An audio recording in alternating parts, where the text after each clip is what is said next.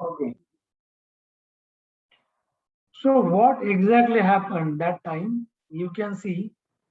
So Portuguese लोगों ने अपने फ्रांसिस्को डी अल्मेडा, इसका नाम अल्मेडा है, अल्मेडा, तो इसको गवर्नर बना दिया था इंडिया में। उसके बाद अल्मेडा को इन्होंने पूरा मिलिट्री सपोर्ट दिया था पोर्तुगीज ने। पोर्तुगीज का जो राजा था, जो पोर्तुगीज देश में बैठा था, ओके, उस राजा ने इसको पूरा मिलिट्री सप्लाई सप्लाई दिया। ठीक है, पूरा बाकी का अदर सपोर्ट भी दिया था। बोला था कि इंडिया की कुछ जरूरत पड़ेगी तो हमें बताए, ठीक है, हमें यहाँ पे आवाज दो, वहां से हम तुम्हारी हेल्प के लिए आ जाएंगे। ओके, तो all this points were discussed. Portuguese attacks on Arab ports of Jeddah, Mecca, Muscat, Calcut, Mosques burned to the ground. तो अरब लोगों के जो भी पोर्ट्स थे, जद्दाह में पोर्ट था इनका, जद्दा नाम के प्लेस में, मेक्का, मस्कट, कोलखात, कोलाहात, मॉस्क्यूज, ये सब इन्होंने जला दिए थे पोर्तुगीज लोगों ने, वहां पे अटैक करके, यानी कि अरब लोगों को इंडिया से उन्होंने पूरे कम्प्लीटली भगा दिया था। तो मामलुक सुल्तान था इजिप्ट का। तो बाद में ये सारी एक्टिविटीज से थोड़ा भड़क गया था, और इन्होंने फिर अब डिसाइड किया कि अब वेनिस के साथ हमें टाइप करना पड़ेगा, बिकॉज वेनिस तो ऑलरेडी पोर्तुगीज के खिलाफ था। ठीक है, वेनिस, तो वेनिस को तो ऑलरेडी पोर्तुगीज की प्रॉब्लम हो ही रही थी। तो इजिप्ट का जो मामलुक सुल्तान था, इसने फिर इनके साथ एक अटैचमेंट कर ली और try to launch a naval fight back to stop the Portuguese from India. India से पोर्तुगीज को रोकने के लिए इन्होंने नेवल अटैक किया था। ओके, तो पहले तो ऑलरेडी वेनिस वाले इनके पीछे लगे थे, ये सुल्तान के पीछे, कि भाई अटैक करते, ये कहाँ सुनने में था, ये सुनता ही नहीं था। तो बाद में जब इसके ऊपर तलवार गिरी तो फिर बाद में ये जग गया नींद से। तो 1507 में combined navies of Mamluk, Egypt and the sultan of Gujarat defeat the Portuguese at Diu.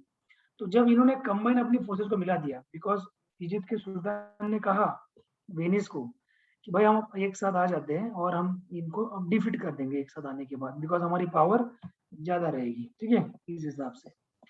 तो फिर दीव में इन्होंने फिर क्या किया, कंबाइन अटैक लॉन्च किया था और वहां पोर्तुगीज को इन्होंने हरा दिया था। इसके बाद और इस वॉर में, इस अटैक में, अल्मेदा जो पोर्तुगीज का गवर्नर था, इसका बेटा मारा गया था। ओके, और ये फिर बाद में तो अब छोड़ेंगे नहीं अरेबियन लोगों को और वेनिस वालों को। तो बाद में 1509 में, 1509 में अगेन एक अटैक होता है, अगेन एक युद्ध होता है जिसका नाम था बैटल ऑफ दीव, उसी प्लेस पे हुआ था। और इस युद्ध में दो डिवीजन थी, एक साइड में पोर्तुगीज अकेले थे और दूसरे साइड में मामलुक, इजिप्ट इजिप्ट का मामलुक था, और गुजरात का सुल्तान, उसके बाद जामोरिन ऑफ कैलिकट, कैलिकट के राजा थे, केरला के कैलिकट के राजा, गुजरात के सुल्तान, इजिप्ट का मामलुक, वेनिस, ओटोमन एम्पायर, इतने सारे एक साइड में और पोर्तुगीज अकेले एक साइड में। और इसमें फिर अल्मेडा ने ये युद्ध जीत लिया और ये जो एशियन फ्लीट्स थी इनको पूरा कंप्लीटली क्रश कर दिया था इन्होंने। ठीक है, और एशियन सीज में अब यूरोपियन डोमिनेंस इन्होंने बढ़ा दिया था। तो अल्मेडा का जो विजन था, एक इसका विजन ऐसा था कि इंडिया से लेके लिस्बॉन, लिस्बॉन यानी उस टाइम पे पोर्तुगीज का कैपिटल था उस टाइम। तो इंडिया से लेके कैलिकट से लेके लिस्बॉन तक हम इसको हम इंडियन ओशन के थ्रू इनको हम पूरा कनेक्ट करेंगे, पूरा नेटवर्क हम बनाएंगे। विजन था, सपना था। और इसी सपने को कहा गया था ब्लू वाटर पॉलिसी, जो हमने कल डिस्कस किया था शायद। अल्फोंसो डी अल्बुर्क, ये अब अल्मेडा के बाद बनता है पोर्तुगीज का governor Alfonso de Albuquerque, successor Almeida as the Portuguese governor in India. ठीक है, तो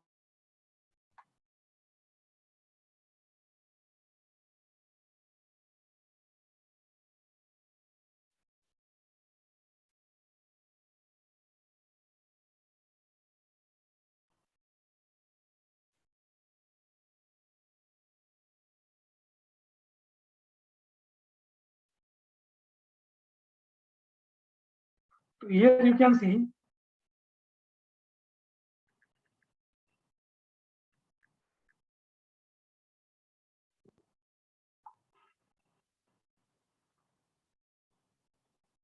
just a moment.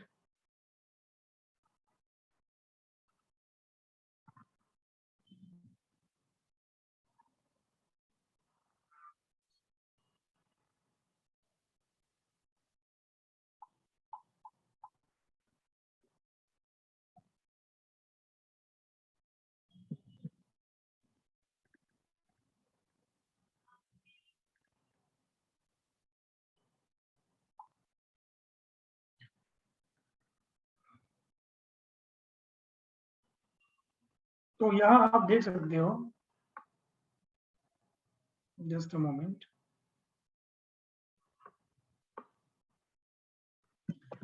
अल्मेडा का जो विजन था वो विजन अल्बुक ने कंप्लीट किया था।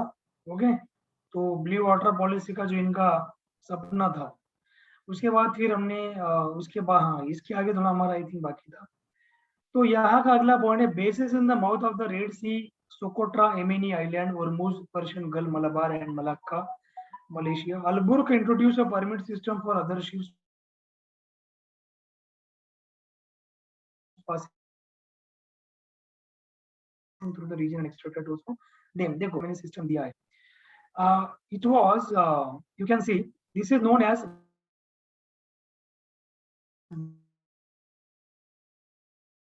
Blue water policy. तो ये शिप इनके नेटवर्क से पास होगी, जो पोर्तुगीज की शिप नहीं है, वो अदर किसी देश की शिप है, तो उनसे फिर ये टोल टैक्स वसूल करेंगे। ये प्रकार का आपने देखा होगा, आप जब हाईवे पे जब आप जाते हो, जब आप गाड़ी चलाते हो, जब आप मुंबई छोड़ के बाहर जाओगे आप, तो आपको हाईवे से जाना पड़ेगा। जिस तरह से आपको कैसे बीच में टोल टोल नाका आता है, टोल देना पड़ता है वहां, सिमिलरली वैसे ही था ब्लू वाटर पॉलिसी। जो भी कोई शिप इस नेटवर्क से गुजरेगा, उनको एक प्रकार से क्या करना पड़ेगा, टोल इनको भरना पड़ेगा, उसके बिना ये शिप को जाने नहीं देंगे। Also gain control over major ship building centres in region. तो इंडिया में इन्होंने जो मेजर शिप बिल्डिंग सेंटर्स थे, उसके ऊपर अच्छा कंट्रोल भी इन्होंने करवाया।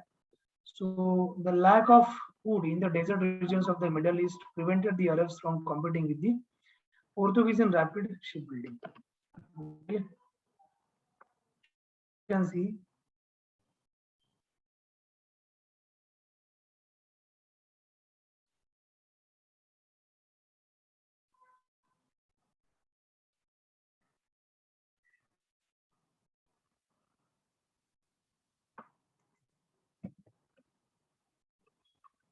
the lack of food in the desert regions of the Middle East prevented the Arabs from competing with the Portuguese in rapid shipbuilding. To 1510, Alburq acquires Goa from the Sultan of Bijapur. 1510 में अलबुक ने गोवा को acquire कर लिया सुल्तान of Bijapur से। Okay, 1510 में the lack of food in the desert regions of the Middle East prevented the Arabs from competing with the Portuguese in rapid shipbuilding. तो अरब compete नहीं कर पाए के साथ शिप बिल्डिंग में, बिकॉज पहले तो वो आगे थे, लेकिन बाद में इनको पीछे कर दिया था पोर्तुगीज ने अरब लोगों को। 1510 में अलबुक एक्वायर्स गोवा, इसने गोवा एक्वायर कर लिया फ्रॉम सुल्तान ऑफ बीजापुर। उसके बाद इन्होंने पोर्तुगीज को एनकरेज किया, पोर्तुगीज ट्रेडर्स को, in India to take local Goan wives. ठीक है, then crafts and factories of coconut coir set up in Goa and Cochin. So जो crafts and factories of coconut coir थी, उन्होंने गोवा में और कोचिन में सेटअप कर दी थी। Tobacco, cashew nut and coconut plantations, irrigation networks and roads इन्होंने वहाँ बिल्डअप किए थे। बहुत सारी चीजें इन्होंने की थी वहाँ पर। ओके, ये आप मैप देख सकते हो, कहाँ कहाँ इनकी फैक्ट्रीज, कहाँ कहाँ इनका काम चलता था।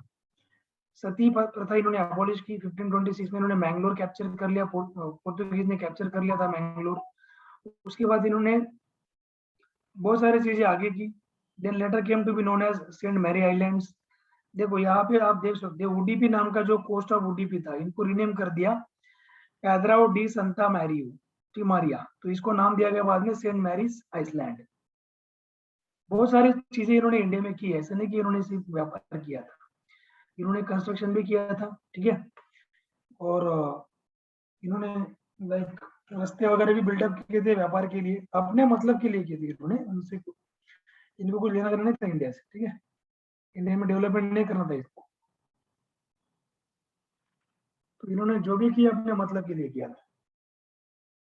ब्रिटिशों ने भी वही किया, अपने मतलब के लिए किया था, लेकिन वो जो दे गए वो तो हमारे लिए एक प्रकार का वरदान दे गए। लाइक बहुत सारी चीजें उन्होंने यहाँ इंडिया में लाई थी नई नई, जो इंडियंस को पता भी नहीं थी। जैसे हिल स्टेशन वगैरह जो भी इंडिया में है आज, ये है बिकॉज उनका उस टाइम पर टेक्नोलॉजी वगैरह सारी चीजें वेरी डिफरेंट। ठीक है,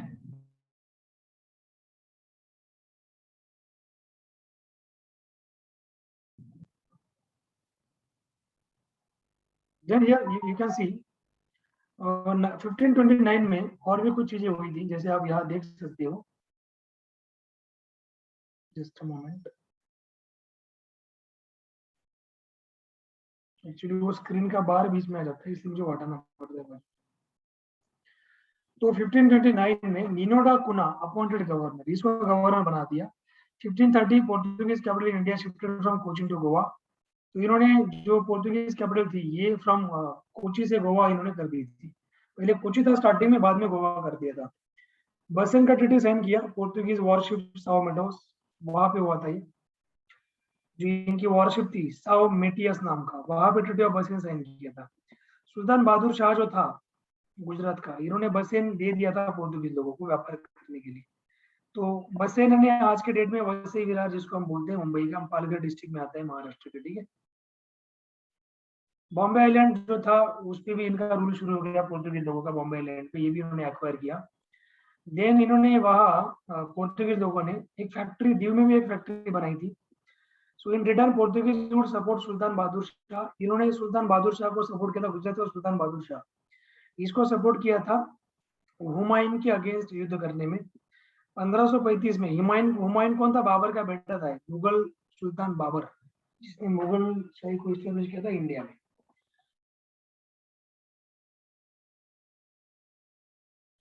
सो 1535 में instead of a factory, factory की जगह पे इन्होंने एक किला बना दिया था, फोर्ट बना दिया था। 1536 में Humayun forced to withdraw from Gujarat, तो इनको गुजरात से विड्रॉ करना पड़ा, ठीक है, हुमायूं को।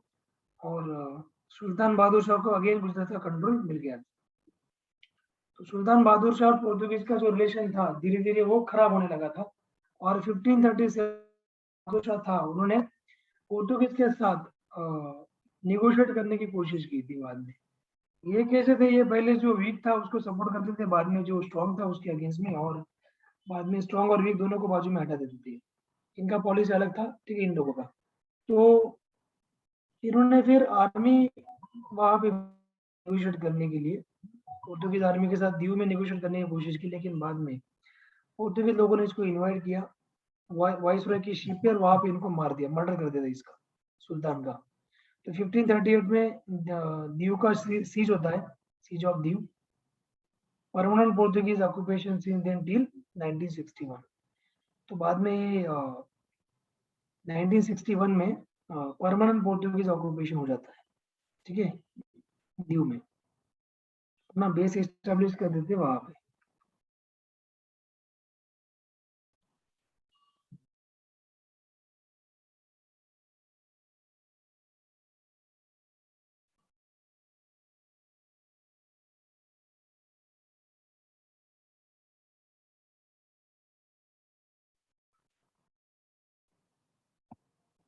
तो इस तरह से आप देख सकते हो ये।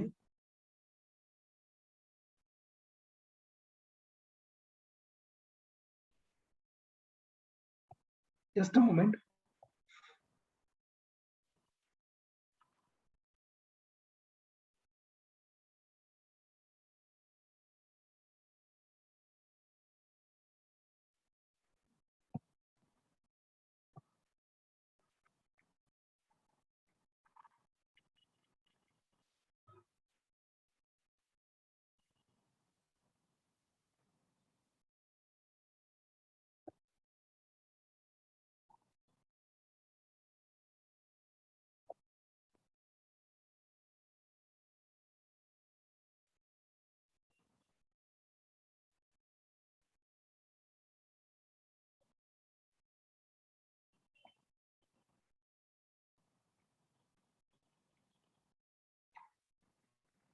तो यहाँ देख सकते हो कि फ्रॉम 1546 में Jesuit priest Saint Francis Xavier, इसने फिर कन्वर्जन स्टार्ट किया था गोवा में। ये क्रिश्चियन से इन्होंने मुस्लिम, सॉरी, हिंदू मुस्लिम्स को इन्होंने क्रिश्चियन बनाना शुरू किया था गोवा में। ओके, नॉन क्रिश्चियंस को परसिक्यूट किया था ऑफिशियली 1579 में। 1579 के बाद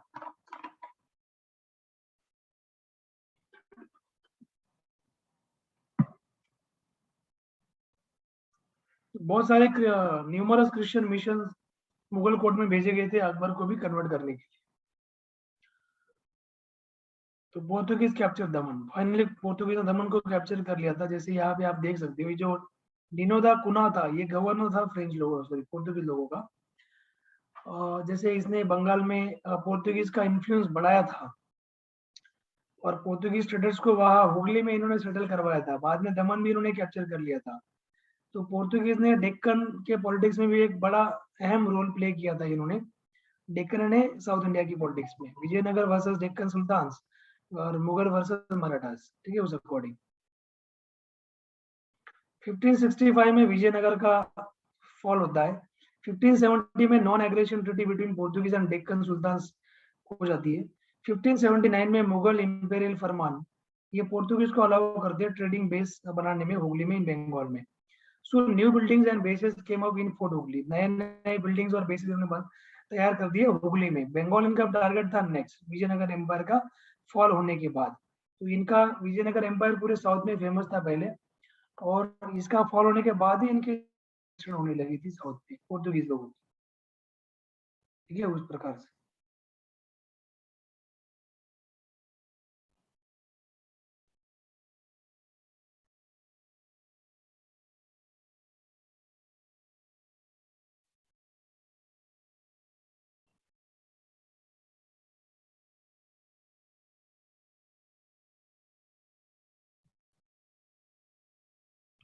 तो फिर आप यहाँ देख सकते हो आगे 1570 non aggression treaty between Portuguese and Deccan sultans. 1579 Mughal imperial farman allows Portuguese trading base at Hooghly in Bengal.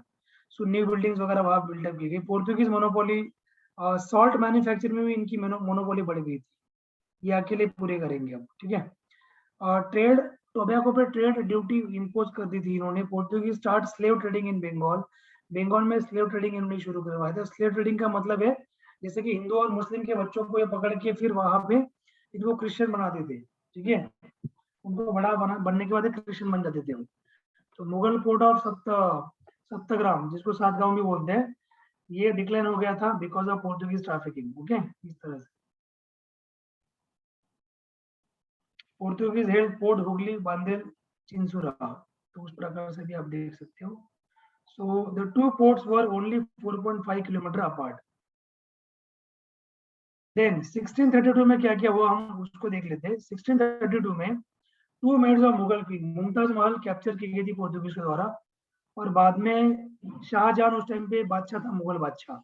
जब इन्होंने मुगल मुमताज, क्वीन मुमताज को इन्होंने कैप्चर किया था, टू मेड्स ने, सॉरी टू मेड्स जो बाद में शाहजहां ने आर्मी भेजी हुगली में, और वहां पे पोर्तुगीज के अगेंस्ट इन्होंने एक्शन ली थी, और इन दोनों क्वींस को इन्होंने छुड़वाया और उनको वहां से भगा दिया था, ठीक है। तो वो तो किया ही था, किया। बाद में इन्होंने बहुत ज्यादा नुकसान किया था पोर्तुगीज लोगों का, शाहजहां ने। इनकी एक फ्लीट थी, बोट थी, बोट्स, जिसमें स्टैचू ऑफ मदर मैरी था।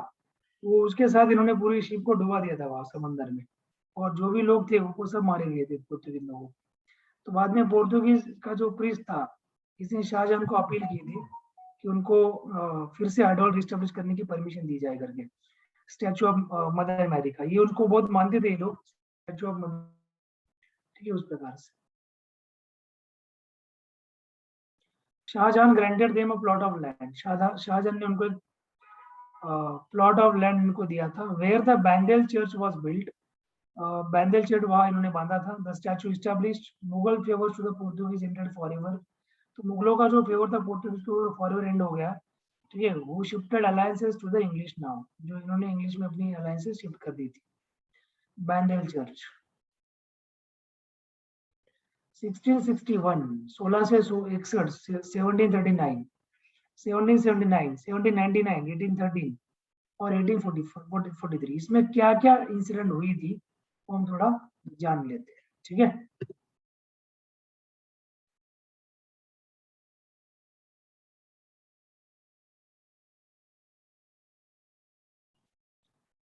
1661 में बॉम्बे ब्रिटेन को दिया था पोर्तुगीज लोगों ने, और ये इसलिए दिया था, देखो 1661 में ऑलरेडी ब्रिटिश लोगों की एंट्री इंडिया में हो चुकी है। इसका आगे डिस्कस करेंगे अगले पॉइंट्स में, ठीक है, आज ही डिस्कस करेंगे।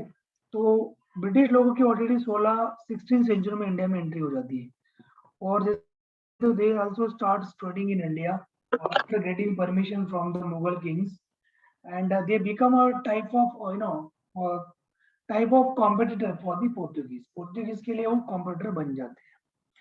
तो जैसे ही पोर्टुगीज के लिए competitor बनते हैं, तो as part of the Portuguese princess Catherine of Braganza's dowries to Charles II of England, तो जो प्रिंसेस कैथरीन जो होती है of Braganza dowry to Charles second of England, तो ये एक प्रकार से इनकी प्रिंसेस होती है पोर्टुगीज की, और ये प्रिंसेस की शादी ये करवा देते। ये बहुत पीछे आ गया मैं, 1 मिनट।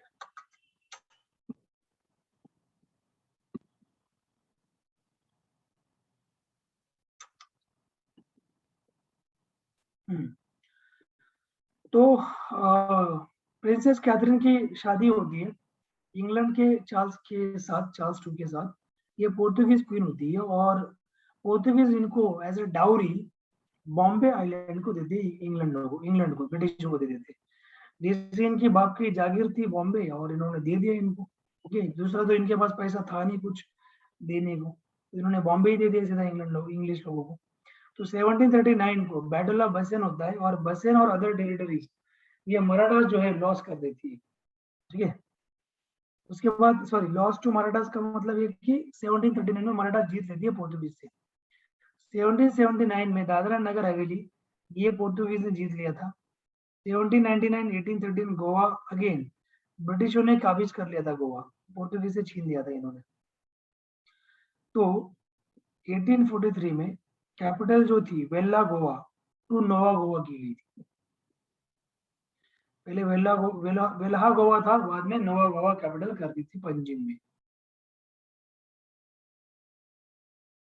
उसके बाद द डच। तो चलो, पोर्टुगीज का हमने यहाँ तक स्टोरी थोड़ा बहुत देखा, बाकी स्टोरी हम आगे देखेंगे, यानी कि स्टोरी है ही नहीं, वो ना एग्जाम में भी आपको पूछा जाएगा। ठीक है, एग्जाम के लिए व्हाट इंपॉर्टेंट इज इनका बेसिक बैकग्राउंड है, कैसे आए थे इंडिया में और इन्होंने क्या क्या किया था, वो हमने देखा। वास्को द गामा और उसके पहले जो सेलर्स आए थे उनका पूरा बैकग्राउंड हमने देखा था। डच डच की एंट्री कैसे होती है? 1594 में डच इंडिया में एस्टेब्लिश होते हैं।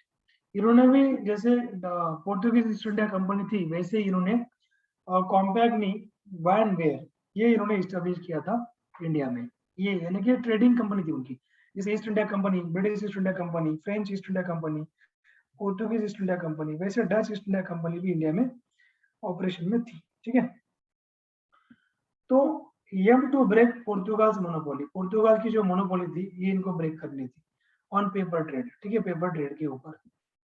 तो admiral Jacob Corneliszoon van Neck of the Dutch company Van Beer returned from Indonesia with a vast cargo of spices. उसके बाद 800 टन का जो पेपर था, 800 ton of pepper, 200 ton of cloves and 200 ton of cloves and vast quantities of cinnamon, okay, cinnamon and nutmeg, ये भी यहाँ से होता है। Then voyage made an unprecedented 400% profit। ठीक है, 1602 United east India company wherein ये थोड़ा नाम डिफिकल्ट है इनका, what ever, so leave it. देखो इस पॉइंट को थोड़ा समझ लेते हैं। जेकब कॉर्नेल्स जूम ये जो था, ये गवर्नर था डच लोगों का। ये इंडोनेशिया से इंडिया में रिटर्न आया था, और इन्होंने बहुत बड़ी कार्गो, जो मसालों की कार्गो भर के लाया था यहाँ पे, जिसमें 800 टन पेपर था, 200 टन क्लोथ थे, 200 टन क्लोथ थे, अगेन ये रिपीट हो गया। Vast quantities of cinnamon and nutmeg था। Voyage made an unprecedented 100% profit. तो ये जो इनका वोयाज था, इन्होंने वोयाज से 400 गुना प्रॉफिट इन्होंने अचीव किया था। 1602 में यूनाइटेड ईस्ट इंडिया कंपनी इन्होंने इंडिया में एस्टेब्लिश की थी, जिसको नाम था बीओसी, वेरी नेगडे ओस्टन डी से, ये उनका लैंग्वेज अलग है, वी कैन अंडरस्टैंड इट। ठीक है, so company's model was the precursor to the modern corporate firm, ये इनका मॉडल था। Companies allowed by the Dutch government to wage war, sign treaties, hold foreign territory and construct ports। जो company थी, company को allow किया गया Dutch government के द्वारा कि ये वॉर कर सकते, ट्रीटी साइन कर सकते, फॉरेन टेरिटरी को ये अक्वायर कर सकते हैं, और वहां पे किला फोर्ट्स वगैरह बांध सकते हैं। तो इनको भी उनके राजा ने परमिशन दे दी पोर्तुगीज जैसे कि आपको जो करना है वो आप करो वहाँ इंडिया में, और कुछ भी सपोर्ट लगे आपको तो आप हमें इन्फॉर्म करिए, ठीक है। तो ये सारी चीजें इन्होंने यहाँ पे इनको बताई थी। उसके बाद हुआ क्या, 1605 doubt first doubt Dutch factory, हाँ बोलिए। ये जो मतलब इनको परमिशन दिया था डच लोगों को, वैसा पोर्तुगीज लोगों को भी दिया था क्या? हाँ मतलब उनके किंग ने दिया था, किंग लोगों ने। पोर्तुगीज लोगों को भी? हाँ पोर्तुगीज का जो राजा था, तो उन्होंने भी पोर्तुगीज लोगों को बताया था कि आपको पूरा मिलिट्री बैकअप वगैरह हम आपको पूरा प्रोवाइड करेंगे। ओके। ऑलरेडी पोर्तुगीज को तो बैकअप मिला था ना अरेबियन लोगों के लड़ने के खिलाफ। हम्म। ये जो अरेबियन लोग थे इनके साथ जो इनका कॉन्फ्लिक्ट हुआ था इंडिया में, तो already they had a backup, military backup from there king.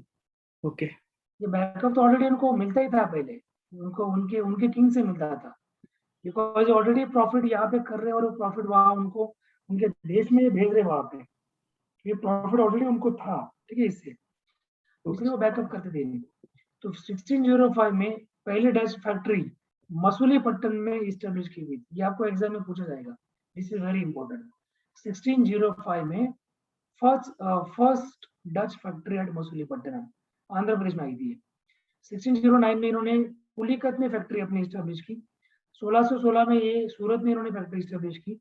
1640 में इन्होंने पोर्ट ऑफ गल्ले श्रीलंका में भी इन्होंने जो श्रीलंका का गल्ले नाम का जो पोर्ट था ये भी इन्होंने एक्वायर किया था श्रीलंका में। 1641 में फैक्ट्री एट बिमलीपट्टनम, बिमलीपट्टनम में भी इन्होंने फैक्ट्री को एक्वायर किया। कराईकल, चिंसुरा, कराईकल में 1645 और चिंसुराहा में 1653, ठीक है, इन्होंने तब फैक्ट्री स्टैब्लिश की थी। 1658 फैक्ट्री एट बारानगर, वहां पे भी इन्होंने फैक्ट्री स्टैब्लिश की।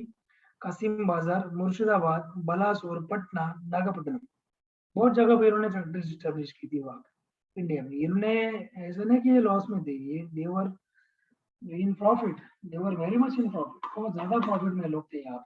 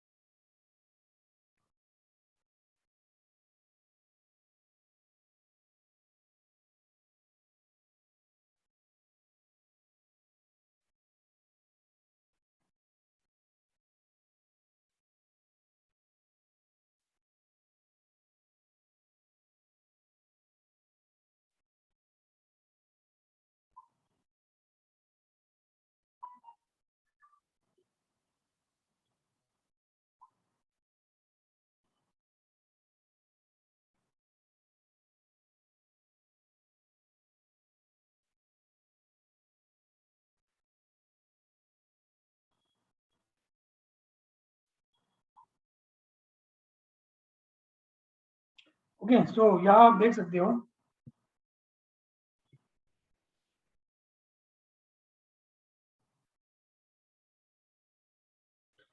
Dutch post Chichura is Bengali for Chinsura.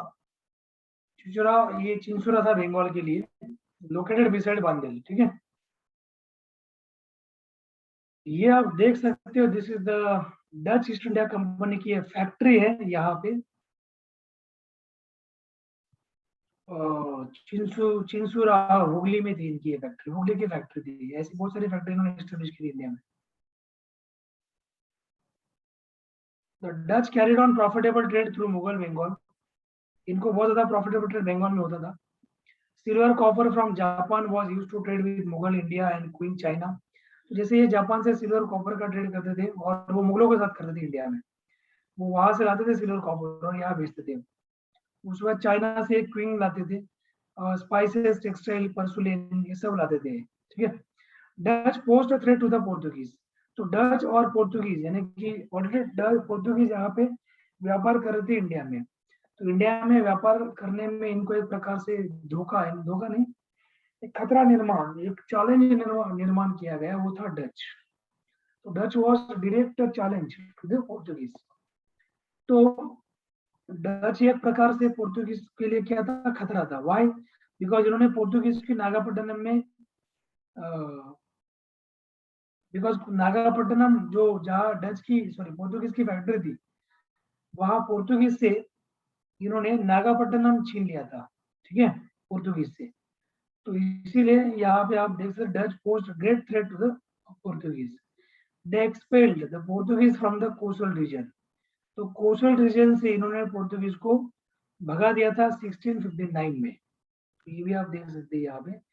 सो इसके कारण क्या हुआ कि डच लोगों ने सिनामोन में अपनी जो मोनोपोली थी वो इन्होंने सिक्योर कर ली थी वहां से, डच लोगों पोर्तुगीज को भगाने के बाद वहां से, ठीक है, पोर्तुगीज को इन्होंने भगा दिया, ठीक है, उस अकॉर्डिंग।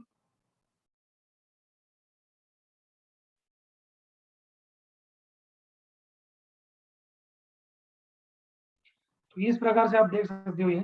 और दूसरा यहाँ पे 1663 में, सॉरी ये एक पॉइंट है, वीओसी, वीओसी है ना, डच ईस्ट इंडिया कंपनी। तो VOC went on to conquer the entire Malabar coast from the Portuguese, driving them from the west coast of India permanently. तो ये इनको जो इंडिया का वेस्ट कोस्ट था वहां से इनको परमानेंट इनको भगाना था पोर्तुगीज लोगों को। इसलिए इन्होंने क्या किया, बाद में इनका टारगेट था वो था मलाबार कोस्ट, वो जीतना। मलाबार अगर एक बार हाथ में आ गया तो ये ऑटोमेटिक वहां से भाग जाएंगे। तो फिर 1663 में ट्रीटी ऑफ हेग, ऐसा नहीं कि पोर्तुगीज इंडिया में आए, उन्होंने व्यापार किया और उन्होंने अकेले ने उन्होंने यहाँ पे मजा की, ऐसा नहीं, ठीक है। इंडिया में जो भी इन्होंने व्यापार किया, इनको थ्रेट तो मिली थी बहुत ज्यादा, यानी पोर्तुगीज को डच लोगों से एक प्रकार से चैलेंज मिल गया था, ऐसा नहीं कि अकेले थे यहाँ पे, ठीक है। तो जैसे डच है तो डच के बाद फिर ब्रिटिश भी आ जाएंगे, ब्रिटिश के बाद फ्रेंच भी आ जाएंगे, और ये लोग आपस में एक दूसरे से झगड़ा भी करते हैं, इनके आपस में कॉन्फ्लिक्ट भी हो जाता है। पहली चीज तो ये होती है कि ये आपस में कॉम्पिटिटर बनते हैं यहाँ इंडिया में व्यापार करने के लिए।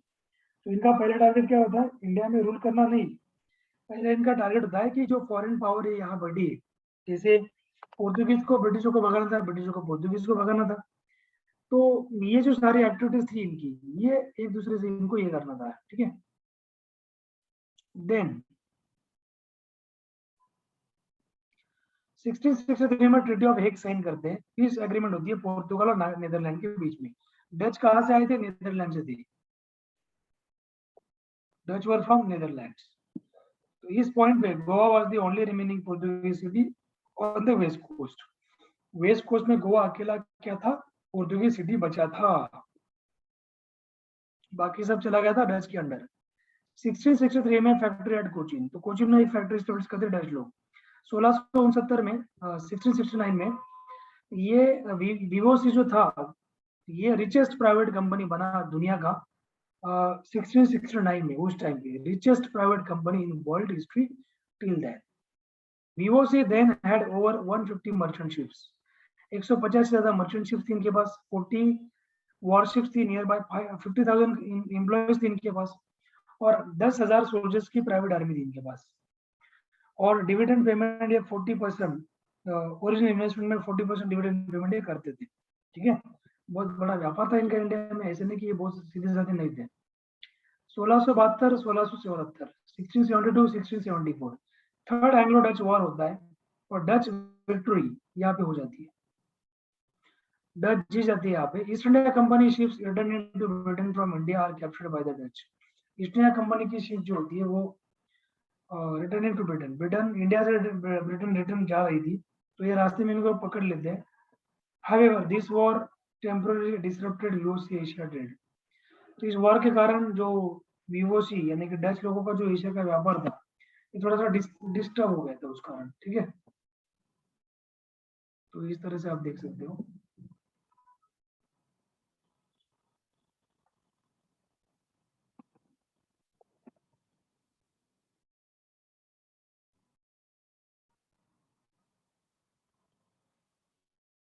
So he caused the British East India Company to enter the India trade more aggressively. और इसके कारण क्या हुआ था, ब्रिटिश ईस्ट इंडिया जो कंपनी थी, caused the British East India company to enter the India trade more aggressively. ठीक है, उस अकॉर्डिंग।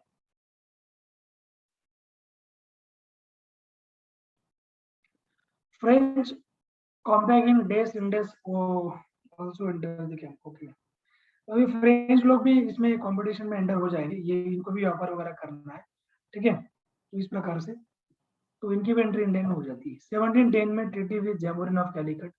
तो डच ईस्ट इंडिया कंपनी जो है वो कैलिकट का जो जामोरिन राजा था, इसके साथ ये ट्रीटी साइन करते हैं, giving the VOC monopoly in the Malabar spice trade. तो प्राइस ट्रेड मलाबार में इनको मोनोपोली देते हैं and expelling other European traders. देखो इन्होंने एक ऑफर दी थी कैलिकट के राजा को, जैमुरिन को, कि आप हमें मलाबार कोस्ट में क्या करो, मोनोपोली पे व्यापार करने का, और जो भी बाकी यूरोपियन कॉम्पिटिटर्स है हमारे वहां पे, इनको हम वहां से क्या करेंगे, भगा देंगे, ठीक है। तो ऐसा इन्होंने वहां पे बताया था। तो ये सारी चीजें यहाँ पे ऑलरेडी हुई थी, और इसके कारण, ठीक है,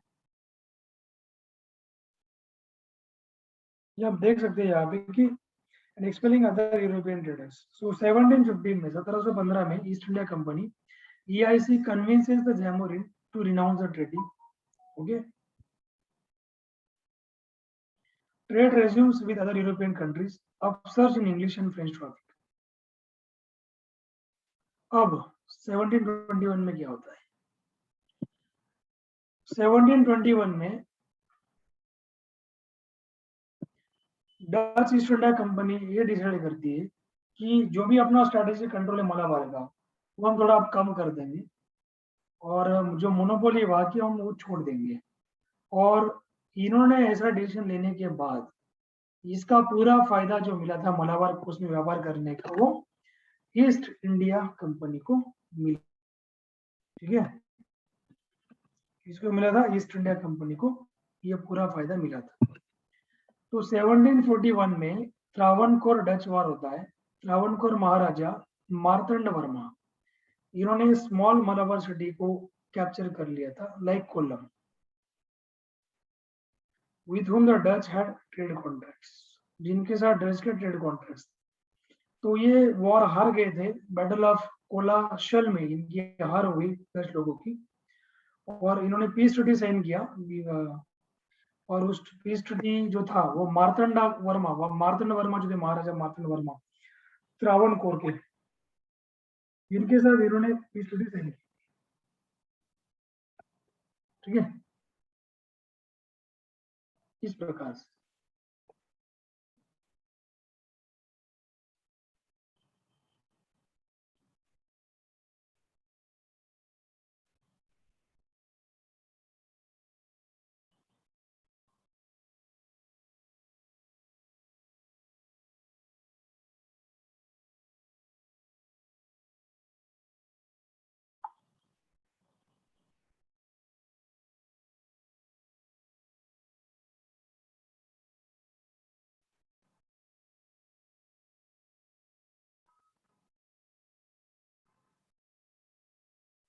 ठीक है, तो use of the trade monopoly, सारी चीज इनकी हो गई। Dutch East India would also help to modernise Travancore army. तो त्रावणकोर का जो मार्तंड वर्मा था, इन्होंने मलाबार कोस्ट तो इनसे छीन तो लिया ही था, ठीक है, उन्होंने डच लोगों से, लेकिन उसके साथ साथ वहां पे इन्होंने कोलाशल भी हार गए थे, कोलाशल में बैटल होता है, वहां भी हार गए थे। पीस ट्रीटी साइन करनी पड़ी त्रावणकोर के राजा के साथ, और बाद में इन्होंने उनको प्रॉमिस दिया कि ऑलरेडी जो त्रावणकोर के राजा थे मार्तंड वर्मा, इनका और कर्नाटक के जो नवाब थे इनका 36 का आंकड़ा था, दोनों का जमता नहीं था। ओके, और फिर त्रावणकोर को आर्मी को मॉडर्नाइज करने का काम डच ईस्ट इंडिया कंपनी करेगी, ऐसा प्रॉमिस मार्तंड वर्मा ने इनसे लिया था डच लोगों से।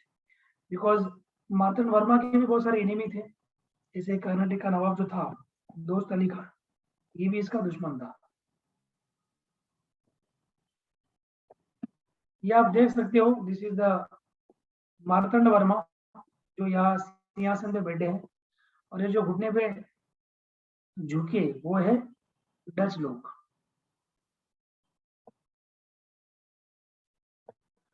देन चिंसुरा का बैटल होता है 1759 में, और चिंसुरा इनका बहुत बड़ा बेस था, बहुत बड़ी फैक्ट्री थी वहां पे, किसकी, डच लोगों की। मैंने आपको इमेज भी दिखाई थी।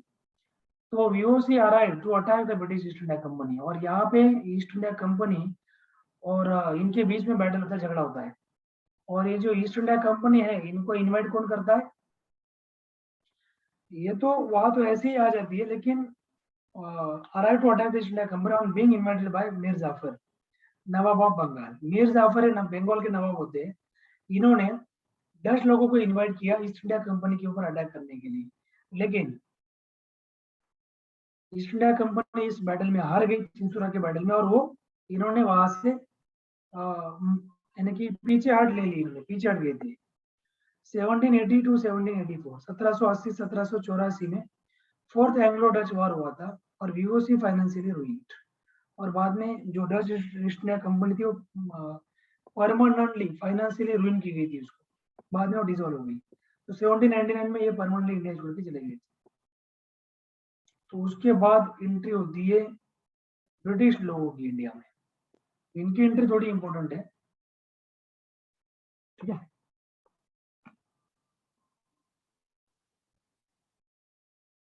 तो यहाँ तक कोई डाउट्स वगैरह होंगे आपके तो आप पूछ सकते हो बेशक, no doubt about it.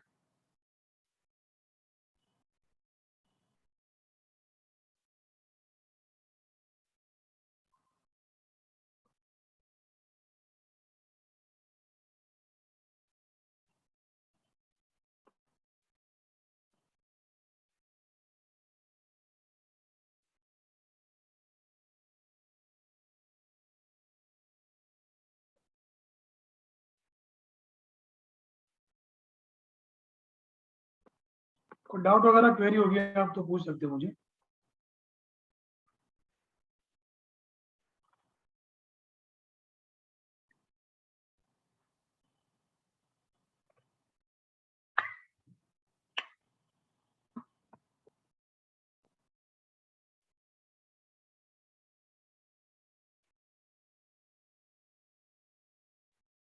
The British in India, the Portuguese and the Dutch dominated the spice trade with Asia in 16th century. 16th century में डच और पोर्तुगीज ने स्पाइस का जो व्यापार था, ट्रेड था, इनके ऊपर इनका डोमिनेंस था, इन्होंने डोमिनेट किया था इस ट्रेड पे। ब्रिटेन जो था, ब्रिटेन वाज अ रिलेटिवली बोल सकते poor European nation back then. उस टाइम पे ब्रिटेन बहुत गरीब था, बहुत पीछे था इनके कंपैरिजन में। इट वाज नथिंग, ब्रिटेन में कुछ भी नहीं था पोर्तुगीज डच के साथ। लेकिन बाद में आप सोच नहीं सकते इतना ये आगे बढ़े थे, इन्होंने बहुत ज्यादा लूटा था इंडिया को। ठीक है, दिस यू कैन सी, जो पिंक एरिया दिख रहा है आपको ये ब्रिटिश लोगों का है, जो मरून कलर में आपको दिख रहा है दैट इज नेदरलैंड डच लोग, जो ब्लू में है वो है फ्रांस। यहाँ पे कनाडा में फ्रांस बहुत ज्यादा थे, फ्रांस कनाडा में इनका एरिया, ये वर्ल्ड मैप है पूरा, ठीक है। ब्रिटिश इतने तो स्प्रेड हुए नहीं थे, ब्रिटिश थोड़े थोड़े थे, कहीं कहीं भी आप देखेंगे। देन ग्रीन में है वो पोर्तुगाल है, पोर्तुगाल बहुत ज्यादा स्प्रेड थे, ब्राजील में ज्यादा थे।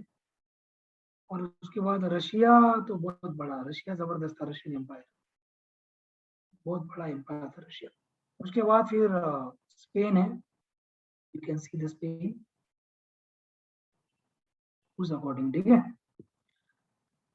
तो सारी चीजें यहाँ पे आप देख सकते हो।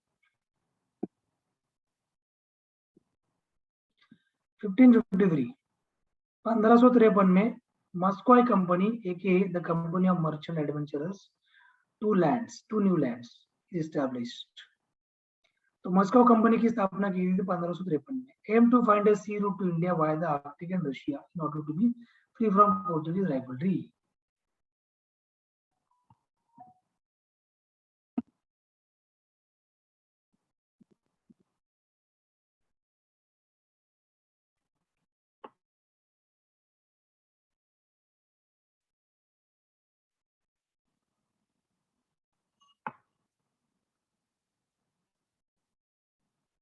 इसका उद्देश्य क्या था कि इंडिया में एक सी रूट फाइंड आउट करना जो एकदम इजी जाएगा आर्कटिक ओशन के थ्रू, रशियन आर्कटिक ओशन के थ्रू इंडिया को जाने का रास्ता ढूंढना मस्कॉय कंपनी का. ठीक है. और जैसे कि पोर्तुगीज की राइवल्री से छूट सकी. ये अब मैं आपको ब्रिटिश के बारे में बता रहा हूँ. मैं 1553 में इंडिया में ऑलरेडी इनका पोर्तुगीज लोगों का बेस था ऑलरेडी.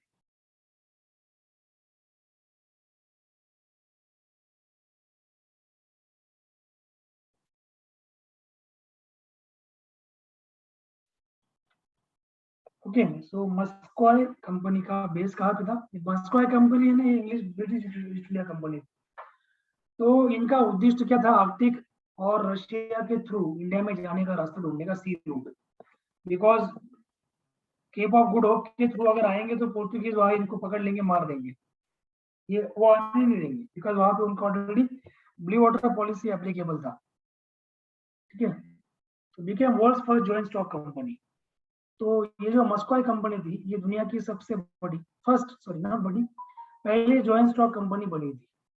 और ये जो आइडिया था, इनको ये आइडिया मिला था मेडिवल मर्चेंट गिल्ड से मिला था. That pulled resources together instead of a single owner. soon realized that no northern sea route existed. ठीक है.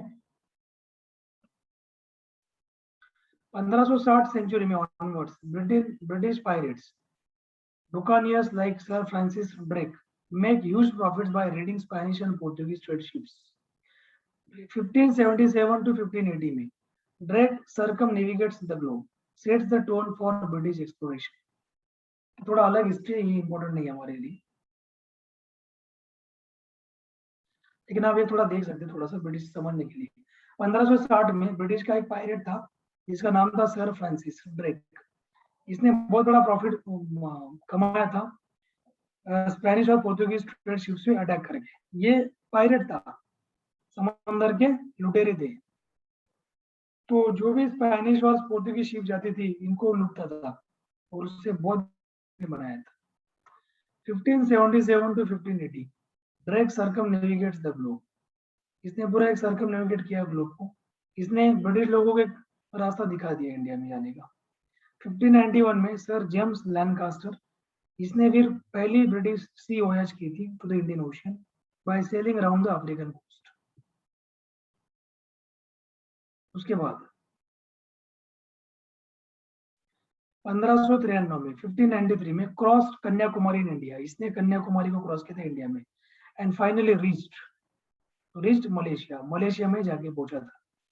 16th सेंचुरी में royal charter granted to the governor and company of merchants of London trading to the East Indies. ठीक है. तो 16वीं century में royal charter ये grant किया गया था to the governor and company of merchants of London trading to the East Indies. और बाद में इसको ईस्ट इंडिया कंपनी के नाम से जाना गया था. तो freedom from all custom duties for their first 6 voyages. पहली जो 6 वॉयज उन्होंने की थी उनके लिए उनको एक फ्रीडम दिया गया था फ्रॉम ऑल कस्टम्स ड्यूटीज. कोई कस्टम ड्यूटी उनके ऊपर चार्जेबल नहीं होगी. तो ये उनका आप देख सकते हैं दिस इज देयर लोगो. तो the company also had a British monopoly for 15 years for trade to the East Indies. East Indies में इनकी 15 साल तक मोनोपोली रही थी. बाद में this vaguely defined term area was soon taken to include all trade and traffic between Cape of Good Hope and the Strait of Magellan. East Indies House, London. अब यहाँ से हम आगे शुरू करेंगे इनका बैकग्राउंड. ठीक है. और ये जो बैकग्राउंड है इनका ये हम करेंगे आगे की क्लास में. सो आप बताइए कोई अगर इश्यू अगर होगा तो, बिकॉज ये खत्म नहीं होगा, this is very biggest PPT है, नहीं होगा खत्म आज। ब्रिटिश हम आगे भी, यानी कि परसों की क्लास में, जो हमारी परसों इवनिंग में क्लास होगी, so in which we will discuss all this points. बहुत लोग ज्वाइन हुए थे, लेकिन due to I join late, so बहुत ज्यादा लोग डिस्कनेक्ट हो गए। सर पूछिए। आप पीपीटी शेयर करेंगे? हाँ, I will share it, okay sir. Telegram पे मिल जाएगा आपको, टेलीग्राम, ठीक है। Okay sir. तो आप टेलीग्राम, मुझे जिनको चाहिए होगी तो मैं उनको भेज दूंगा। अंशुल के पास ऑलरेडी ये पीपीटी है, तो सर आप, आप हर्षिता मैम को भी दे सकते हैं, वो ग्रुप पे डाल देंगी फिर। नहीं एक्चुअली ये मेरे पर्सनल, इसलिए मैं उनको शेयर नहीं करता। Okay sir. तो देखता हूँ मैं, बाकी जो पुराने लोग थे उनका ग्रुप था, तो उनको मैं भेजा था। हाँ सर, 2 पीडीएफ है मेरे पास। और दो है ना तुम्हारे पास? यस सर, मैं चाहिए तो कर दूंगा सर। ठीक है चलेगा चलेगा। बिकॉज जो ओल्ड स्टूडेंट थे उनको मैंने शेयर किए थे। सर मेरा अब न्यूली आप, एडमिशन है ना, इसके लिए। ओके, कब हुआ एडमिशन? सर 1 महीने हो गया।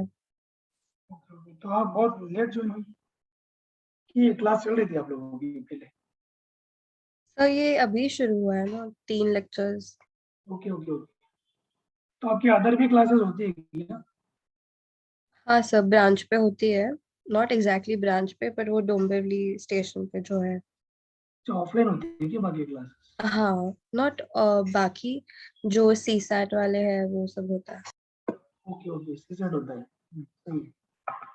तो आप बेसिकली यूपीएससी की तैयारी कर रहे हैं, एमपीएससी की? दोनों सर। दोनों, ओके, गुड। ठीक है, तो इसका पीपीटी मैं अंशुल को ऑर्डर दिया हूँ। अंशुल आप शेयर कर देंगे? हाँ सर, मैं देता हूँ। 2 पीडीएफ है, वो 2 भेज देता हूँ। दोनों, हाँ, एक दे दो, दोनों दे दो, व्हाटएवर हाँ चलेगा, चलेगा। कोई इशू नहीं। Okay sir. ठीक है, ओके, चलो, good night all. Good night thank you sir. Sir. Thank you sir. Welcome all. Hello hello sir, मैं ग्रुप पे हाँ डालूँ बोलो। क्या वो क्लास के, हाँ, या अलग से दूँ इनको? मतलब ग्रुप पे डाला चलेगा ना सर? ग्रुप पे डाल दो। चलो ना, चलेगा ना? ओके ओके, ग्रुप पे चलेगा डालता हूँ सर, चलेगा, क्लासेस हाँ, के ग्रुप पे डाल दो। उधर ठीक सब है। कलेक्ट कर लेंगे। ओके, या थैंक यू सर। चलो, bye, good night all. Good night.